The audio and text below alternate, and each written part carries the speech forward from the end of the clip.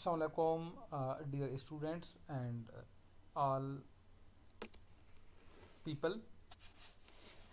who are watching my channel.